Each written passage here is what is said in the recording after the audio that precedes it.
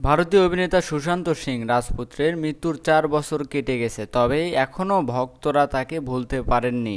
এর মাঝেই অভিনেতার ভক্তরা পেলেন সুখবর, আবারও বড় পর্দায় ফিরেছেন তিনি। প্রেক্ষাগৃহে আবার মুক্তি পেয়েছে প্রয়াত অভিনেতার cinema MS Dhoni the untold story. ভারতের বিশ্বকাপ জয়ী অধিনায়ক ও সাবেক ক্রিকেটার মহেন্দ্র সিং ধোনির জীবনচিত্রের উপর নির্মিত cinema MS Dhoni the untold story মুক্তি পেয়েছিল 2016 সালে। সিনেমাটিতে ধোনির চরিত্রে অভিনয় করে প্রশংসা পেয়েছিলেন সুশান্ত। আগামীকাল 7 জুলাই মহেন্দ্র সিং ধোনির 43তম জন্মদিন। সাবেক এই ক্রিকেট তারকার জন্মদিন উপলক্ষে নির্মাতারা সিনেমাটি আবার মুক্তির সিদ্ধান্ত নিয়েছেন। গতকাল 5 জুলাই থেকে আগামী 11 জুলাই আবার ভারতের সিনেমা হলে দেখা যাবে MS Dhoni the untold story. 2011 সালে দ্বিতীয়বারের মতো ওয়ানডে বিশ্বকাপ ট্রফি জয় করে ভারতের জয়ের সময়ে অধিনায়ক ছিলেন Mahendra Singh Dhoni. MS Dhoni the untold স্টোরিতেও বিষয়টি তুলে ধরা হয়।